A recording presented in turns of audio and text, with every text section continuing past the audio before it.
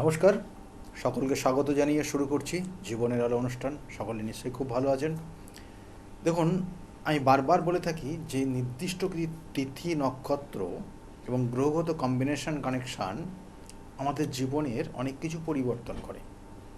সেজন্য আপনি আপনার জন্মছকের বিভিন্ন কানেকশান অনুযায়ী হয়তো আপনার জীবনে যেটা পাওয়া উচিত সেটা পাচ্ছেন না, যেটা আপনার ক্ষেত্রে হওয়া উচিত সেটা হচ্ছে না, বারংবার বাধা পাচ্ছেন, বিভিন্ন ক্ষেত্রে অশান্তির মধ্যে ভুগছেন। জন্মের প্রত্যেকটা জীবনেরই এগুলো কর্মফল। সেটা আপনি জ্ঞানত বা অজ্ঞানত, আপনি পূর্বজন্মের কোনো কর্মফল ভোগ করছেন বা এই জন্মের কোনো কর্মফল আপনাকে ভোগ করতে হচ্ছে। সেই জন্য আগামী যে তিথিটা আসছে, খুব গুরুত্বপূর্ণ তিথি, ফলহারিণী অমাবস্যা তিথি। এই 2026 সালের কিন্তু এই ফলহারিণী অমাবস্যা কিন্তু 16ই মে হবে। অর্থাৎ 16 মে একদম সারাটা দিন এবং রাত্রে কিন্তু গভীর রাত পর্যন্ত থাকবে এই তিথিকাল। সেই জন্য এই সময়টাকে কাজে লাগাতে হবে। আমি বারবার বলি, প্রত্যেক ক্ষেত্রেই বলি যে নির্দিষ্ট তিথি নক্ষত্র ধরে যদি আপনি সঠিক কাজ করেন তাহলে আপনার জীবনে সাকসেস অবশ্যই আসবে। একটু আলোচনা করি যে এই নির্দিষ্ট দিনটা কতটা গুরুত্বপূর্ণ। বলছে, কালকে যিনি হরণ করেন তিনি হচ্ছেন মা কালী। কালের কবলে পড়ে বিনাশ হয়নি এমন কোনো বস্তু নেই বা জীব নেই। অর্থাৎ সময় অন্ত, তার পরিবর্তন হয়। পরিবর্তন স্বাভাবিক। যার সৃষ্টি আছে তার বিনাশ আছে। এবং এই সম্পূর্ণ এই চক্রাকারটা কিন্তু মা কালীর অঙ্গুলি হেলনিতেই হয়। কারণ এখানে বলা হচ্ছে যে কালকে হরণ করছেন, অর্থাৎ সময়টাকে হরণ করে নিচ্ছেন।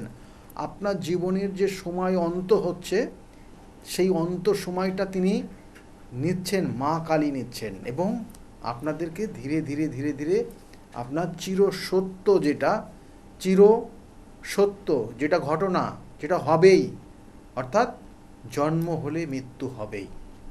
আপনি আপনার জীবনের যে ধীরে ধীরে যে মোক্ষের দিকে যাবেন, সেটা কিন্তু এই মায়ের আশীর্বাদেই বলুন, মায়ের প্রভাবেই কিন্তু বলুন হয়। সেই জন্য বলা হচ্ছে যে এই কালকে শাসন এবং নিয়ন্ত্রণ করেন যিনি, সেই কালিকা দেখতে কিন্তু অতীব ভয়ঙ্কর। তিনি আমাদের কাছে অত্যন্ত কাছের, অতীব আপন, এবং আমাদের ভালোবাসা এবং শ্রদ্ধার জগতে তিনি মঙ্গলময়ী মা। কারণ মা কখনো শাসন করেন, মা আবার ভালোবাসার স্নেহে তার সন্তানকে কিন্তু নির্দিষ্ট ওয়ে দেখায়, তার চোখ খুলে দেয় যে তুমি এই পথে চলো, এইভাবে চলো, এই কাজটা করো, তাহলে আপনি বা তোমার সেই জীবনের সাকসেসটা আসবে। তাই দশমহাবিদ্যার প্রথম দেবী এই মা কালী, স্বয়ং ব্রহ্ম শক্তি বলা হয়।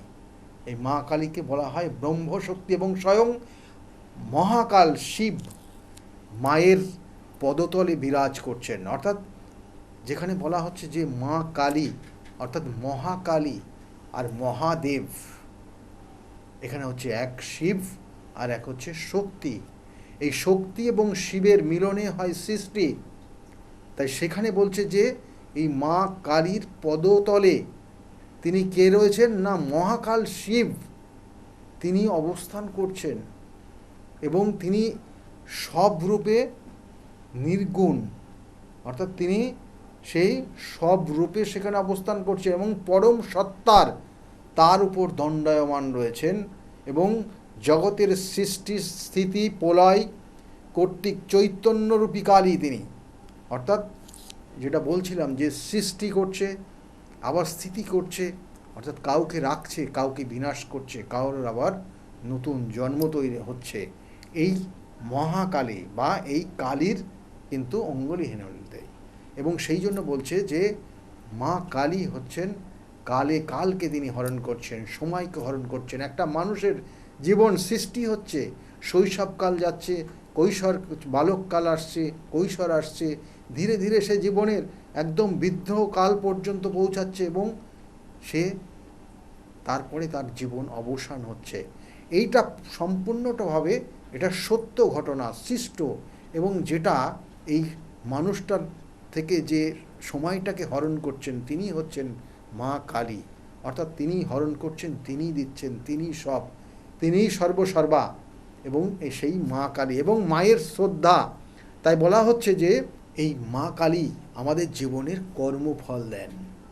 অর্থাৎ এই যে জীবনের শৈশব থেকে আপনি আপনার জীবনকে অতিবাহিত করছেন, ধীরে ধীরে আপনি মোক্ষের দিকে যাচ্ছেন, ধীরে ধীরে আপনার জীবনের সমাপ্তির জায়গা আসছে, যে কাল অবতীর্ণ হচ্ছেন আপনি কালের মাধ্যমে দিয়ে, সেটা যেমন পরিচালনা করছেন মা কালী, সেই সঙ্গে সঙ্গে আপনি এই সময়কালের মধ্যে এমন কোনো কর্ম করলেন, এমন কিছু কাজ করে ফেললেন যেটা জ্ঞানত বা অজ্ঞানত আপনি কোনো দুষ্কর্মের সঙ্গে যুক্ত হয়ে গেলেন বা কোনো খারাপ কাজ করে ফেললেন, যার ক্ষেত্রে আপনাকেই ভোগ করতে হবে সেই কর্মফল।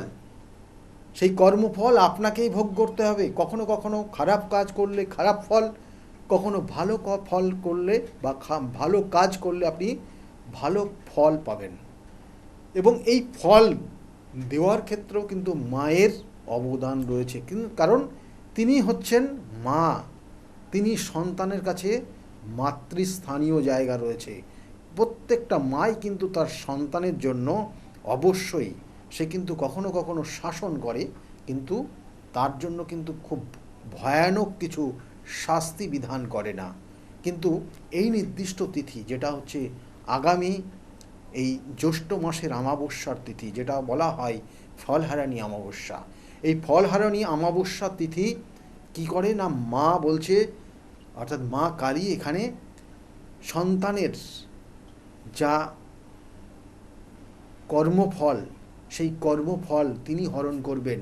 কারণ সেই কর্মফল অশুভ, সেই কর্মফল তার জীবনের ক্ষতির দিকে নিয়ে যেতে পারে, যে কর্মফল তার জীবনকে আরও খারাপের দিকে নিয়ে যেতে পারে, সেই কর্মফল মা তিনি হরণ করবেন এই অমাবস্যার তিথি, যে মায়ের পুজো হবে সেই জ্যৈষ্ঠ মাসে। এবং মায়ের কাছে শ্রদ্ধা, ভক্তি, প্রেম, বিবেক, বৈরাগ্য প্রার্থনা করতে হয় এই নির্দিষ্ট তিথিতে মায়ের কাছে। এবং এই দেবী কালিকার বিভিন্ন নাম রয়েছে, কোথায়ও নিত্যকালী পুজো হয় দেখবেন, কোথায়ও মহাকালী পুজো হয়, কখনো ভদ্রকালী রূপে তিনি পুজো হন, কখনো শ্যামাকালী রূপে পূজিত হন, কখনো রক্ষাকালী রূপে তিনি পূজিত হন। এক এক জায়গায় এক একভাবে মায়ের বিভিন্ন রূপে কিন্তু এখানে পুজো হয়। কখনো কখনো সিদ্ধেশ্বরী অর্থাৎ সিদ্ধেশ্বরী কালী রূপে পূজিত হন, কোথায়ও শ্মশান কালিনী রূপে পূজিত হন, কখনো কখনো রটন্তী কালী পূজিত হন, কখনো কখনো আবার ফলহারিণী অমাবস্যা বা ফলহারিণী মা তার নিজের পুজো তার ভক্তদের কাছ থেকে, তার সন্তানদের কাছ থেকে গ্রহণ করেন এবং বিভিন্ন নামে পূজিত হন। এবং এই জ্যৈষ্ঠ মাসের কৃষ্ণ চতুর্দশী তিথি ফলহারিণী অমাবস্যার এবং তার সঙ্গে সঙ্গে পরবর্তীতে পরের দিন হচ্ছে অমাবস্যার তিথি, অতীব গুরুত্বপূর্ণ যে সময়কাল তিথি, তার নির্দিষ্ট ক্রিয়াকলাপ, সেগুলো কিন্তু আমাদের জীবনের কিছু সৃষ্টির স্থিতি বিনাশ কিন্তু তার দ্বারাই সৃষ্ট হয়। এবং শক্তি, জ্ঞান, ইচ্ছা, কর্ম এবং এটা শক্তি রূপে বিরাজ করেন এবং ভক্তদের মধ্যে সেটা কিন্তু ছড়িয়ে দেন। এবং এই মা কিন্তু আবার বলছি সন্তানদেরকে সুপথে পরিচালনা করার জন্য কিন্তু বছরে এই নির্দিষ্ট সময় তিনি বিরাজ হন। এবং বলছে যে এখানে যে ফলহারিণী কালী পুজোর তাৎপর্য তো লুকিয়ে রয়েছে একটা নির্দিষ্ট জায়গায়, যেটা হচ্ছে যে মহর্ষি শ্রী শ্রী রামকৃষ্ণদেব তার জীবনীতে তিনি তার স্ত্রী মাতা সারদা দেবী তাকে পুজো করেছিলেন এই অমাবস্যার তিথিতে, তিনি তাকে পুজো করেছিলেন মাতৃস্বরূপ।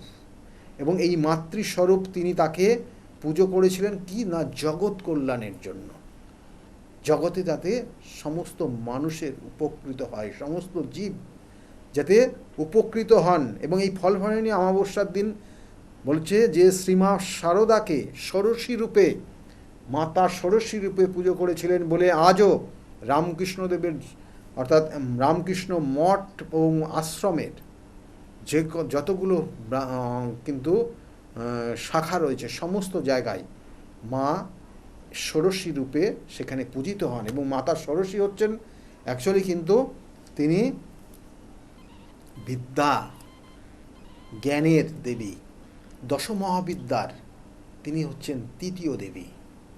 এবং এই তৃতীয় দেবী কিন্তু এই তৃতীয় দেবী কিনা আমাদের বিদ্যা দেয়, জ্ঞান দেয়, ধৈর্য দেয়, শক্তি দেয় এবং জগতের যাতে উন্নতি হয়। এবং মহর্ষি রামকৃষ্ণদেব তিনি কিন্তু তাই তার স্ত্রীকে, অর্থাৎ এখানে আবার বলছি, জগৎ সংসারকে উন্নত জায়গায় নিয়ে যাওয়ার জন্য, জগতের মানুষকে কল্যাণের জন্য তিনি কিন্তু মাতা ষোড়শী রূপে মা শারদা মাকে তিনি পুজো করেছিলেন এই অমাবস্যার তিথি। এবং এই জন্যই এতটা গুরুত্বপূর্ণ। আর তার সঙ্গে সঙ্গে রয়েছে যে জ্যৈষ্ঠ মাসে জানেন আপনারা যে বিভিন্ন ধরনের ফল এই সময় কিন্তু বিভিন্ন গাছে বিভিন্নভাবে হয়। এবং এর সঙ্গে সঙ্গে বলছে যে আম, জাম, কাঁঠাল ইত্যাদি নানা রকমের ফলে এর মরশুমটা কিন্তু পরিপূর্ণতা পায়।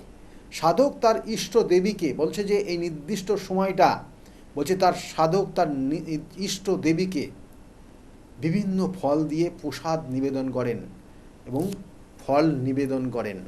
কারণ ফল আমরা নিবেদন করে আপনি ফল পাবেন। আপনি যেমন ফল দেবেন সেই রকম আপনি ফল পাবেন। সেই জন্য বলা হচ্ছে শাস্ত্রে যে আপনি আপনার কর্মফল যেমন করবেন সেই রকম ফল আপনি আপনার জীবনেও কিন্তু পাবে। এবং এই জন্য শাস্ত্রে বলা হয় জীবনের সর্বস্ব, অর্থাৎ একদিকে ফল হারেনি বা সাধকের কর্মফল হরণ করেন, অপরদিকে কর্মফল হরণ করে সাধককে তার অভীষ্ট ফল বা মোক্ষ লাভ দেন।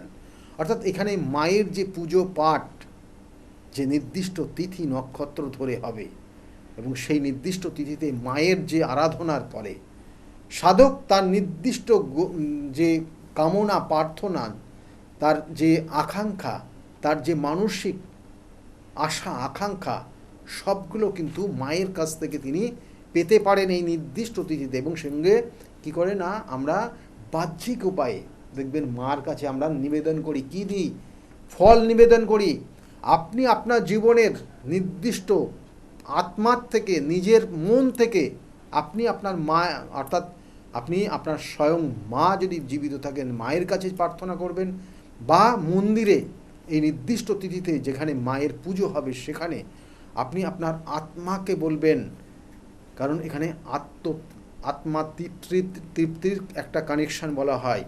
অর্থাৎ আপনি আপনার মন থেকে যদি মায়ের কাছে শরণাপন্ন হন, আপনার যদি কোনো কর্মফল সেটা খারাপ হয়, যদি কোনো কর্মফল ভালো হয়, আপনি আপনার কর্মফলের চাইছেন মার কাছে, প্রার্থনা করছেন, সেটা যদি মন থেকে করতে পারেন তাহলে বলছে যে এই নির্দিষ্ট তিথিতে মা কালী আপনি আপনার সেই প্রাপ্ত বা আপনার সেই পাওয়ার বা আপনার সেই চাওয়া পাওয়ার জায়গাটা পরিপূর্ণতা আনে। সেই জন্য এই তিথিটাকে কাজে লাগাবেন। এবং এর সঙ্গে সঙ্গে বলা হচ্ছে যে যে সাধক এই নির্দিষ্ট তিথিতে তার এমন কিছু কর্মফল দেখান এবং এমন কিছু কর্মফল মায়ের কাছ থেকে আশীর্বাদ স্বরূপ পেতে পারেন, সেটা মাকে যদি আপনি সঠিকভাবে ডাকতে পারেন। সেই জন্য বললাম যা কিছু চাইবেন আপনি আপনার মন থেকে চাইবেন, তাহলে আপনি পাবেন। এবং এই ফলহারিণী কথাটা এসেছে যিনি আমাদের কর্মফল, আবার বলছি যে কর্মফল হরণ করেন। অর্থাৎ আপনার জীবনের পূর্বজন্মের কর্মফল, হয়তো আপনি এখন হয়তো স্বামী স্ত্রী আছেন, কিন্তু পূর্বজন্মে আপনাদের সম্পর্কটা ছিল বড় রকমের একটা তিক্ততার জায়গা, যেই জন্য স্বামী স্ত্রী হয়েও দেখা যাচ্ছে আপনাদের জীবনের একটা বরং সমস্যার মধ্যে থাকেন। স্বাভাবিক জীবনযাত্রার মধ্যে কোথাও না কোথাও সমস্যা তৈরি হয়, হঠাৎ অশান্তি তৈরি হয়। আবার দেখা গেলো আপনার সন্তানটা আপনার কথা শুনছে না, সেটাও জানবেন আপনার জীবনের পূর্বজন্মের কোনো কর্মফল, যেটা আপনার জন্ম ছকের মধ্যে রয়েছে। আবার কখনো কখনো দেখা গেলো আপনার যে বিজনেস পার্টনার আপনাকে ধোঁকা দিয়ে বেরিয়ে যাচ্ছে, আপনি কোথাও লস করছেন, আপনার কর্ম, অর্থাৎ আপনি যেখানে কর্ম করছেন কর্মে আপনার যে বস রয়েছেন আপনার উপর মাঝে মধ্যেই মানসিক একটা টর্চার করে, আপনার উপর মানসিক প্রেশার তৈরি করে। আবার কোনো ক্ষেত্রে আপনার উপর দয়ালু হয়, আপনার প্রমোশনটা বারংবার প্রত্যেক বছরে নির্দিষ্ট সময়ে হয়ে যাচ্ছে। প্রত্যেকটা জিনিসই জানবেন আপনার কর্মফল। আপনার সন্তান আপনাকে এতটা ভালোবাসে আপনি জীবনে কল্পনা করতে পারেননি। আপনার শ্রদ্ধা ভক্তি শক্তি সব কিছু আপনার সন্তান, কারণ আপনার সেই সন্তানের কিন্তু রয়েছে আপনার ওপর। তাহলে সেইভাবে আপনার সন্তানকে দেখছে। আপনার প্রচুর অর্থ আপনি রোজগার করেছেন, সঠিকভাবে চলছেন, খুব স্বাধীনভাবে চলছেন, খুব সুন্দরভাবে শান্তি নিয়ে আপনি চলছেন। আপনার পরিবারটা খুব একটা বন্ডিংয়ের মধ্যে রয়েছে। আবার কারোর ক্ষেত্রে পরিবারের বন্ডিংটা সেইভাবে নেই, অশান্তি লেগেই আছে। তাহলে এগুলো প্রত্যেকটা কর্মফল যেগুলো আপনার জন্ম ছকের মধ্যে লুকিয়ে থাকে। সেই জন্য আমি আবার বলছি, কারোর ক্ষেত্রে দেখা গেলো গ্রহণ দোষ জীবনের সফলতা তৈরি করতে দেয় না, তার কেরিয়ারের সাকসেস দিতে দেয় না। পড়াশোনা ভালো করেছে কিন্তু কেরিয়ারের সাকসেস হচ্ছে না। কারোর ক্ষেত্রে মাঙ্গলিক দোষ, তার জন্মছকের কানেকশনের পরিপ্রেক্ষিতে তার বৈবাহিক জীবন বিষময় জীবনযাপন হচ্ছে। কারোর ক্ষেত্রে দেখা যাচ্ছে কোনো ক্ষেত্রে যে ব্যভিচারী দোষ, কোনো জাতক জাতিকা এমন কিছু নেশায় আসক্ত হয়ে যাচ্ছে, এমন কিছু সঙ্গ পেয়ে যাচ্ছে, এমন কিছু জায়গায় সে প্রভাবিত হচ্ছে যার জন্য তার সঞ্চিত অর্থ সর্বশান্ত করে ফেলছে। কখনো কখনো সে এমন কোনো সম্পর্কে জড়িয়ে যাচ্ছে, তার বিবাহিত জীবনটা পুরো শেষ হয়ে যাচ্ছে। তাহলে এইরকম পরিণতি তৈরি হচ্ছে তার এক একটা যোগের কারণে, যেটা সম্পূর্ণভাবে তার পূর্ব জন্মের কর্মফল সেই ভোগ করছে। কখনো কখনো অনেকের ক্ষেত্রে দেখবেন সন্তান আসছে না, সন্তান মিসক্যারেজ হয়ে যাচ্ছে, লাস্ট স্টেজে গিয়ে দেখা গেলো একটা সন্তানের ক্ষেত্রে সমস্যা তৈরি হয়ে যাচ্ছে একটা নির্দিষ্ট সময়ের অন্তর। কেন হচ্ছে? প্রত্যেকটা, আবার বলছি, যে পূর্ব জন্মের কর্মফল আপনি ভোগ করছেন। কারো ক্ষেত্রে দেখবেন যে সন্তান অবাধ্য হয়ে গেছে, সন্তান তার কথা শোনে না, বাবা মায়ের কথা তো শোনেই না, বরঞ্চ বাবা মায়ের ওপর অত্যাচার শুরু করে দিয়েছে। সামান্য কিছু পয়সার জন্য সে তার ওপর এতটা টর্চার করছে বাবা মায়ের ওপর, এগুলো সহ্য করতে হচ্ছে। এগুলোই কর্মফল, পূর্বজন্মের কর্মফল, এবং এই জন্মেরও কর্মফল আপনাকে ভোগ করতে হবে। সেই জন্য এই ধরনের কর্ম কারো ক্ষেত্রে দেখবেন যে একটা চাকরির জন্য সে তার কেরিয়ার লাইফে সাকসেস পাচ্ছে না, কারণ তার এডুকেশনের সাকসেসের জায়গা ছিল, ফার্স্ট সেকেন্ড থার্ড পজিশন নিয়ে সে পড়াশোনা করেছে, কিন্তু কেরিয়ারের ক্ষেত্রে গিয়ে তার বারংবার বাধা তৈরি হচ্ছে। কেন হচ্ছে? কারণ তার ক্ষেত্রে দেখা গেলো শাপিত দোষ রয়েছে। সে যখন ইন্টারভিউ দিচ্ছে বলছে যে না আপনি পেয়ে যাবেন, হবেই, আপনার ক্ষেত্রে জায়গা রয়েছে, আপনারই হবে, কিন্তু লাস্টে গিয়ে আর ফোন আসছে না, লাস্টে গিয়ে আর কোনো যোগাযোগ আসছে না। পরবর্তীতে জানলো যে সেই চাকরিটা অন্য একজন পেয়ে গেছে। কেন হয়? এইগুলো শাপিত দোষের কারণে হয়, যেটা আপনি পূর্ব জন্মের কোনো অভিশাপ পেয়ে আজকে এই জায়গায় এসছেন। শাপিত দোষ, অভিশাপ প্রাপ্ত আপনার জীবন, আপনার জীবনটা অভিশাপ প্রাপ্ত হয়ে গেছে। আপনার জীবনের যা কিছু করতে যাচ্ছেন বাধা বাধা বাধা, এমনকি আপনার জীবনের অন্নপ্রাশনটাই পর্যন্ত বাধা এসেছিল। আপনি ভেবে দেখুন, আপনার যে কোনো বাড়িতে কোনো শুভ কাজ ভালোভাবে হচ্ছে না, বা আপনার জীবনের কোনো শুভ কাজ ভালোভাবে হচ্ছে না, এগুলো আপনার জীবনের একটা অভিশাপ বা অশুভ কর্মফল আপনি ভোগ করছেন। আবার কারো ক্ষেত্রে অবশ্যই রয়েছে ভালো কর্মও রয়েছে, সে জীবনে ভালোভাবে রয়েছে, ভালো, কারণ তার পড়াশোনা যাই করুক না কেন তার নির্দিষ্ট কেরিয়ারের জায়গায় আজকে খুব ভালো জায়গায় রয়েছে, মানুষের সঙ্গে, মানুষের জনগণকে নিয়ে রয়েছে, মানুষের সেবা করছে, মানুষের আশীর্বাদ সে গ্রহণ করছে, এবং জীবনে দিনের পর দিন সে উন্নতি লাভ করছে, এবং তার সন্তান, তার বিবাহিত জীবন, তার পারিপার্শ্বিক সমস্ত মানুষ তার সঙ্গে রয়েছে, তাকে সহযোগিতা করছে, তার সে প্রত্যেকটা মানুষের কাছে একটা মধ্যমণি হয়ে গেছে। কেন হয়েছে? কারণ তার ক্ষেত্রে সেই পূর্ব জন্মের শুভ ফল সে করেছিল, সেই জন্যই কিন্তু আজকে সেই শুভ ফলটা সে পাচ্ছে। সেই জন্য আবার বলছি যে আগামী যে নির্দিষ্ট তিথি কাজে লাগান, কারণ কারো ক্ষেত্রে কালসর্পযোগ বড় রকমের ক্ষতিকর একটা কালসর্পযোগ, যে কালসর্পযোগ একটা সময় প্রচুর অর্থ দিলেও পরবর্তীতে সমস্ত অর্থ সর্বশান্ত করে দিয়ে আপনাকে রাস্তায় বসিয়ে দিতে পারে। আপনার সমস্ত পরিচিত মানুষগুলো আপনার দূর থেকে, আপনার কাছের থেকে দূরে সরিয়ে দিতে পারে, এমনটা ক্ষতিকর জায়গা নিয়ে আসতে পারে। আপনার ক্ষেত্রে গ্রহণ দোষ যেটা থাকলে আপনি জানবেন যে আপনার ক্ষেত্রে অবশ্যই আপনার জীবনের প্রতিভা অনুযায়ী কাজে লাগাতে পারছেন না। আপনার ক্ষেত্রে রবি শনির বিষযোগ যদি থাকে, যেটা বলা হয় পিতৃদোষ, যেটা দেখা হলো পূর্ব জন্মের আপনি সেই পিতা এবং সন্তান তাদের পূর্বজন্মের একটা সম্পর্ক ছিল, যে সম্পর্ক খুবই কঠিন, যে সম্পর্কের জায়গা খুব সমস্যার জায়গা ছিল, একে অপরের কোনো না কোনো ক্ষেত্রে ক্ষতির জায়গা নিয়ে এসেছিল, যার কারণে এই জন্মেও সে দেখা গেল যে তার পিতার সঙ্গে সুসম্পর্ক থাকবে না, তার মত নিয়ে সেই সন্তান চলবে না, এবং কোনো কোনো ক্ষেত্রে তার জীবনের কারোর ক্ষেত্রে উন্নতি হয়, কারোর ক্ষেত্রে অবনতি হয়। জীবনে এই জায়গাগুলোর মধ্যে দিয়ে আপনি যাচ্ছেন কিনা দেখুন। আপনার জন্মছকের এই ধরনের কানেকশন থাকলে অবশ্যই আপনি এই ধরনের সমস্যা ফেস করছেন, যেটা আপনি কর্মফল বা সেই ফল আপনি ভোগ করছেন, সেই অভিশপ্ত জীবন আপনাকে ভোগ করতে হচ্ছে, যার কারণে অর্থ থেকেও আপনার অর্থ নেই, সম্পর্ক থেকেও সেই সম্পর্কের ভালোবাসা নেই, সেই সঙ্গে আপনার জীবনের কিছু ভালো জিনিস থেকেও আপনার ক্ষেত্রে জীবনে ভালো কিছু হচ্ছে না। সেই জন্য এগুলোর প্রতিকার প্রতিবিধান, এই জ্যৈষ্ঠী মাসের অমাবস্যার তিথি, যে ফলহারিণী অমাবস্যার তিথি, যে ফলহারিণী অমাবস্যা, যে বলা হয় যে এই ফলহারিণী অমাবস্যার তিথি, এই অমাবস্যা এবং চতুর্দশী তিথির সংযুক্ত যে কানেকশান আপনার ক্ষেত্রে আপনার জীবনের পরিবর্তন আনতে পারে। কারণ আপনার ক্ষেত্রে ওই দোষগুলোর প্রতিকার প্রতিবিধান, কারণ আমরা বলি যে মা এখানে, মা কালী স্বয়ং এখানে কি না তার সন্তানদের এই সকল অশুভ যোগ, অশুভ যে সেই অভিশপ্ত জীবন তিনি হরণ করে নেন, যাতে জীবনে ভালো কিছু হয়। সেই জন্য আপনি মন থেকে যদি মায়ের কাছে প্রার্থনা করেন এবং তার সঙ্গে সঙ্গে পুজো পাঠ করেন এবং তার সঙ্গে সঙ্গে আপনার জন্মছকের কানেকশন অনুযায়ী তার সঠিক প্রতিকার প্রতিবিধান এবং সঠিক যদি নির্দিষ্ট নিয়ম মেনে চলেন, অর্থাৎ সঠিক প্রতিকার প্রতিবিধান এবং গাইডলাইন যদি আপনি মেনে চলতে পারেন, তাহলে আগামী জীবনটা আপনার ক্ষেত্রে অবশ্যই শুভ হবে এবং ভালোভাবে আপনি জীবনযাপন করতে পারবেন। কারণ কিছু কিছু দশা, কিছু কিছু অন্তর্দশা, কিছু কিছু প্রত্যন্তর দশা জীবনে অনেক ধরনের সমস্যা নিয়ে আসে।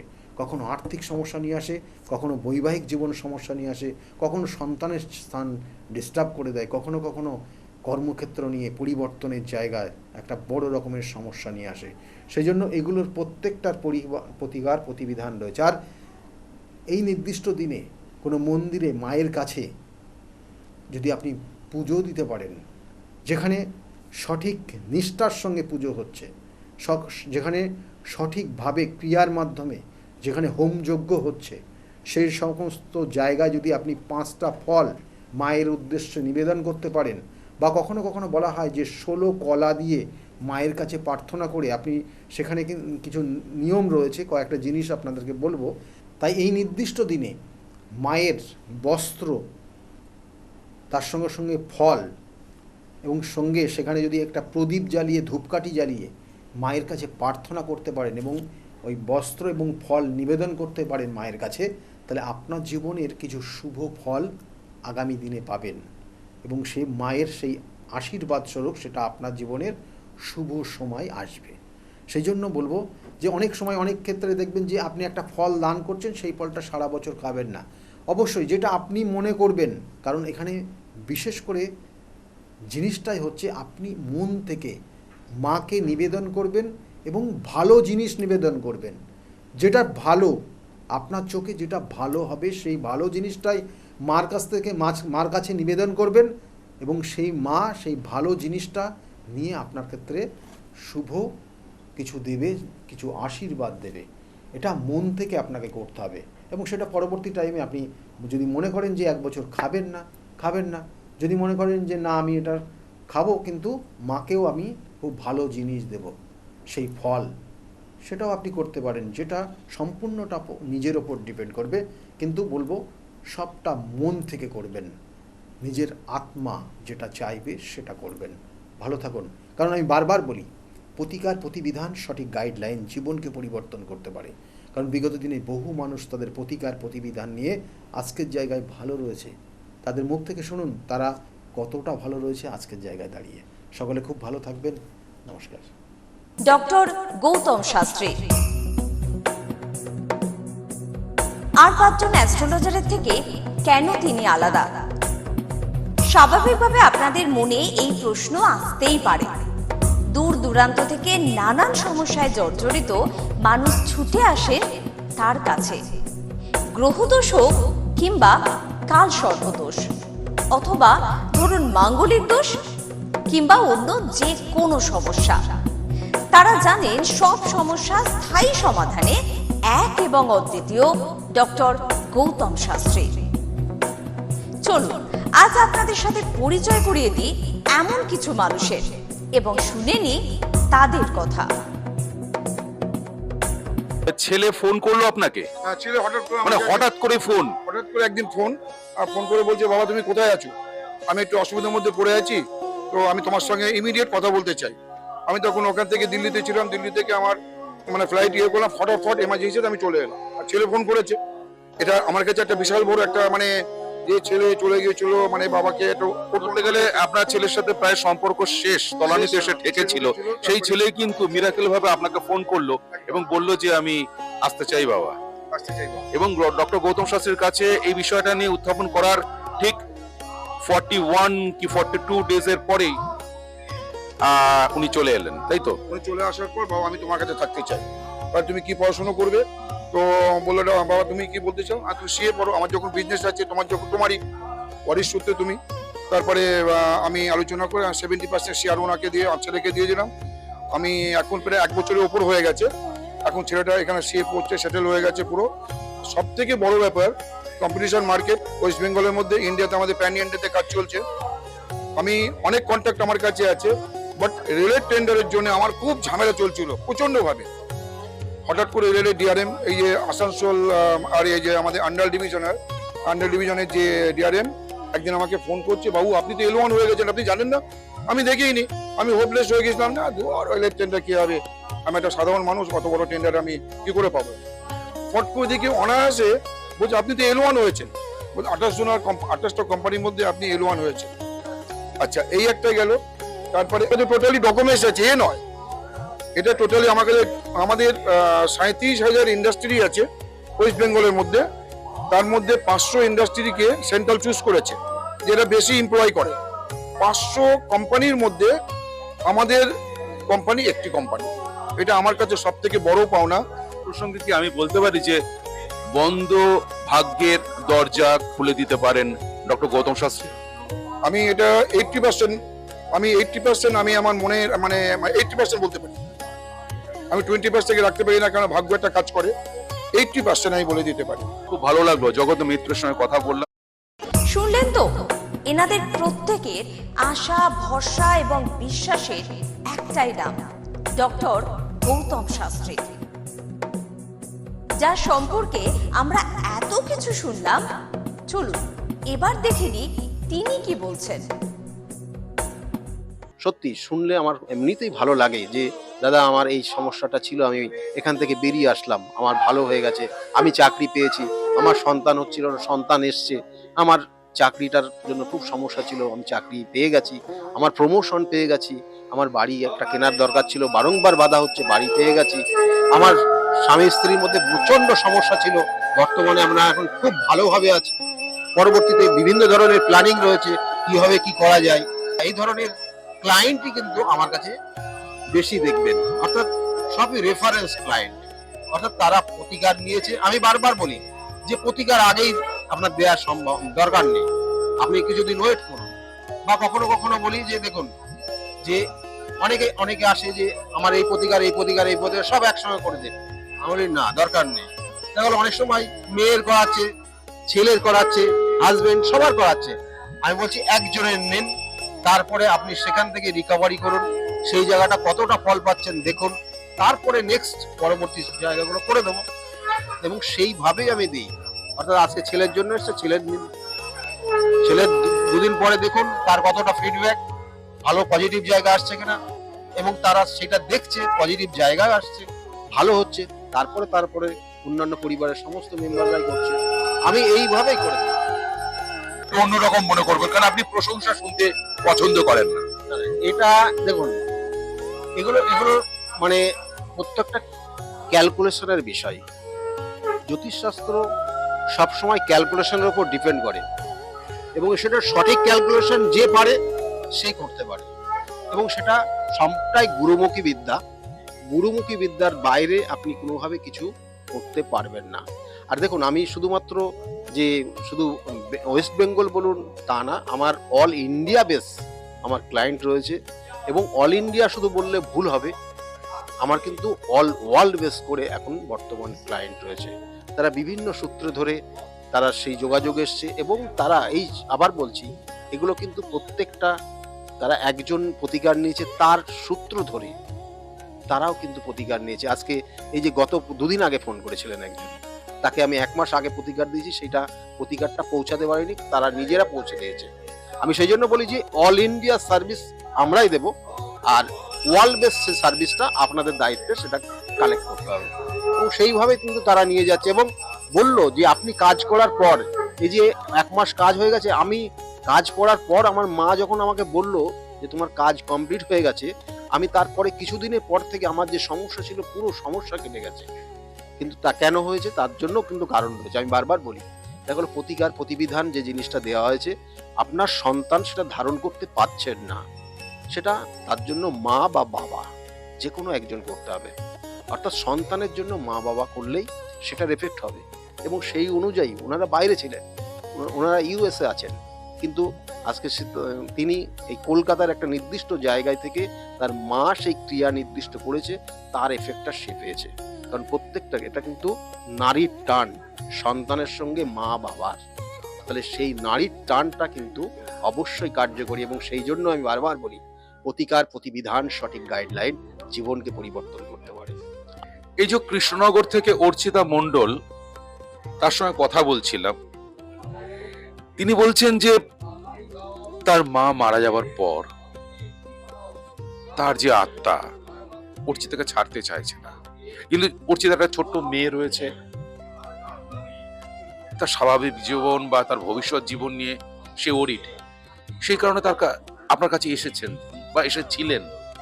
আজকে সেই জায়গা থেকে, সেই উপদ্রব থেকে সে কিন্তু মুক্ত। এই যে ভৌতিক উপদ্রব বা একটা আত্মার উপস্থিতিকে খণ্ডন করা, এটা হচ্ছে একটা অসাধ্য সাধন। আপনি আবারও স্বীকার করবেন না আমি জানি, তবু এটা এই প্রসঙ্গে আপনি যদি কিছু বলেন। আমি বারংবার বলে থাকি যে আত্মা সে শুধুমাত্র দেহ পরিবর্তন করে, জাস্ট দেহ পরিবর্তন করে অন্য দেহে সে রূপান্তরিত হয়। আমাদের আত্মা কিন্তু অমরণশীল বলা হয়। এবং এই যে ওনার ক্ষেত্রে আমি দেখেছি, দেখবেন যে আপনি সামনে যখন দেখবেন ওনাকে, তখনই মনে হবে যেন ওনার মধ্যে একটা নেগেটিভ এনার্জি কাজ করছে। এটা যারা মোটামুটি বোঝেন তারা সামনে গেলে বুঝতে পারবেন যে ওনার মধ্যে নেগেটিভ, ওনার চোখের দেখার ভাব বা অন্যান্য সব ক্ষেত্রে, এবং ওনার বাস্তুগত জায়গাতেও সমস্যা রয়েছে, এবং সেটা হয়তো মনে হয় সেখান থেকে পরিবর্তন করে ফেলেছে, কিন্তু ওনার মধ্যে সেই নেগেটিভ এনার্জিটা অলরেডি প্রবেশ করেছে। এবং সেটা যদি ওনার সামনে বলি তাহলে ওনারা অনেকটা ভীত হয়ে যাবে, ভয় পেয়ে যাবে। সেটা তো ওনাদেরকে সেইভাবে বলা হয়নি, বলা হয়েছে যে এটার একটা এফেক্ট রয়েছে আপনার। তা সেই অনুযায়ী আজকের যে আপনারা দেখলেন যে ওনার আজকে এই নির্দিষ্ট তিথিতে কাজ করা হলো, এবং এই নির্দিষ্ট তিথিতে কাজ করে ওনারা ওই জায়গার থেকে বেরিয়ে আসলেন। এবং ওটা কিন্তু আরো 3টে স্টেপে কাজ হবে, মানে একটা স্টেপে কাজ হবে না, তবুও ওটা অনেকটা প্রোগ্রেস হবে, ওনার মধ্যে কিছু পরিবর্তন হয়ে যাবে। ওনার যে সমস্যা, অনেক সময় এই ধরনের নেগেটিভ এনার্জি যার মধ্যে ক্রিয়েট হয়, তার সর্বপ্রথম ঘুম হয়ে যায়, বন্ধ হয়ে যায়, ঘুম ঠিক মতো হয় না, পায়ের নখের প্রবলেম হয়, জয়েন্টে প্রবলেম হয়, শারীরিক যে নির্দিষ্ট নিয়মাবলীগুলো রয়েছে আমাদের শরীরের, সেইগুলো কোথাও না কোথাও ব্রেক করে যায়। তাহলে এগুলো আপনারা বুঝবেন। তাহলে এবং খাওয়া দাওয়া অনেক সময় এদের ক্ষেত্রে কিন্তু কম হয়ে যায়, আবার কথায় কথায় এরা রেগে যায়, এটা ওনার মধ্যে রয়েছে। তাহলে সেই জন্য আজকে নির্দিষ্ট ক্রিয়ার মাধ্যমে সেটাকে নির্দিষ্টভাবে প্রতিকার প্রতিবিধান করা হলো। এবং এই প্রতিকার প্রতিবিধান নিয়ে আজকে আগামী কটা দিন সেইভাবে করবে, ক্রিয়া করবে, ওনাকেও ক্রিয়া করতে হবে যাতে ওনার ওই অশুভ শক্তিটা ওনার আশেপাশে না আসতে পারে। এবং সম্পূর্ণভাবে হয়তো সেটা কিছু কিছু এফেক্ট থাকবে, সেটা পরবর্তী অমাবস্যার দিনে আবার পুরোপুরি নির্মূল করে দেওয়া যাবে। আরেকজন ভদ্রমহিলার সঙ্গে কথা বলছিলাম, তিনি বললেন যে আমার মেয়ের চাকরি এবং চাকরি পাওয়ার পর তার প্রমোশন, সেটা কিন্তু স্যারের হাত ধরেই হয়েছে। এটা কি করে সম্ভব? চাকরি তো পেয়েছে ঠিক আছে, তারপরে তার প্রমোশন, যেখানে প্রমোশনটা হবার নয় সেই প্রমোশন সে পেয়ে গেল, তার কৃতজ্ঞতা স্বরূপ আজকের এই তিথিতে সে পুজো দিয়ে এসছে।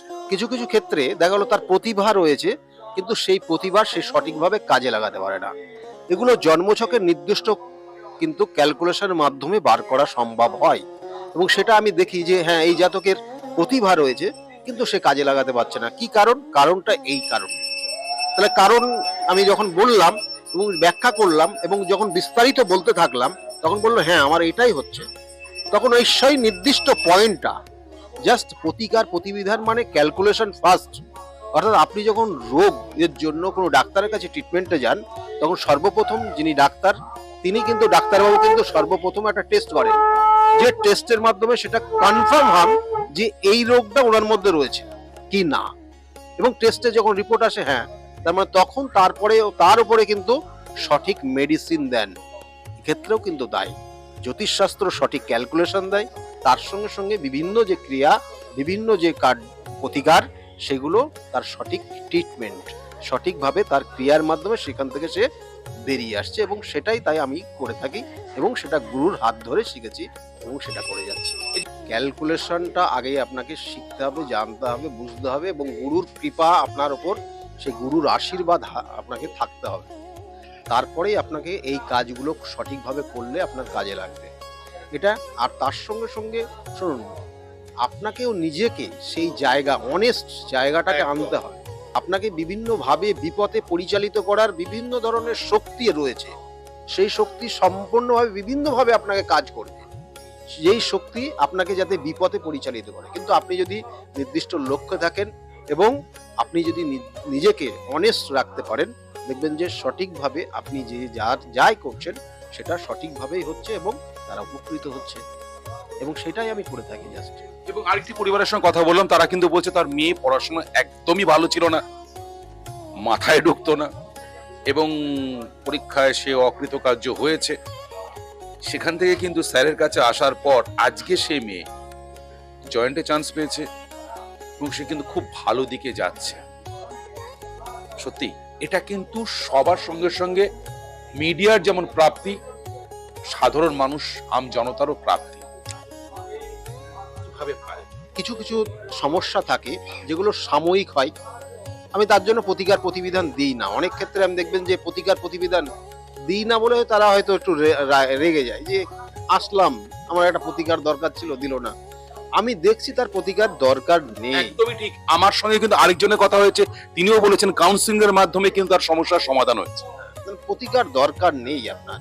আমি কয়েকটা উপদেশ দিয়েছি, আপনি ওটা মেনে চলুন, তাতেই আপনার এখান থেকে বেরিয়ে আসতে পারবেন। আমি সেইভাবেই কিন্তু গাইড করি মানুষের।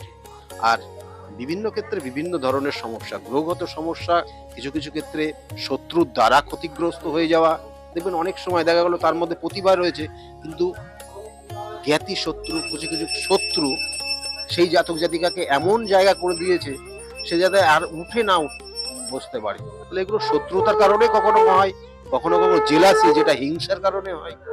তাহলে সেইগুলো কিন্তু ক্যালকুলেশন, সেটাও জানা যায় যে এর ক্ষেত্রে ওইটার জন্য হচ্ছে কিনা, এবং সেই ক্ষেত্রে সেই ভাবেই তাকে মানে গাইড করা হয়, এবং সেই গাইড মেনে চললে পরে তার জায়গা থেকে বেরিয়ে আসতে পারে সে।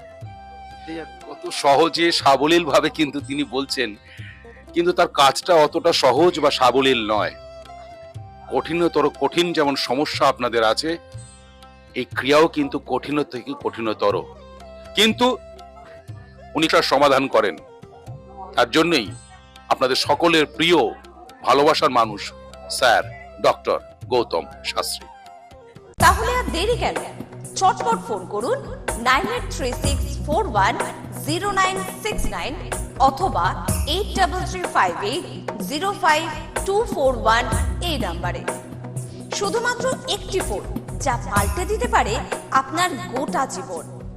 জ্যোতিষবিদ, বাস্তুবিদ, হস্তরেখা বিশারদ ও spiritual guide doctor Gautam Shastri, এক এবং অদ্বিতীয়।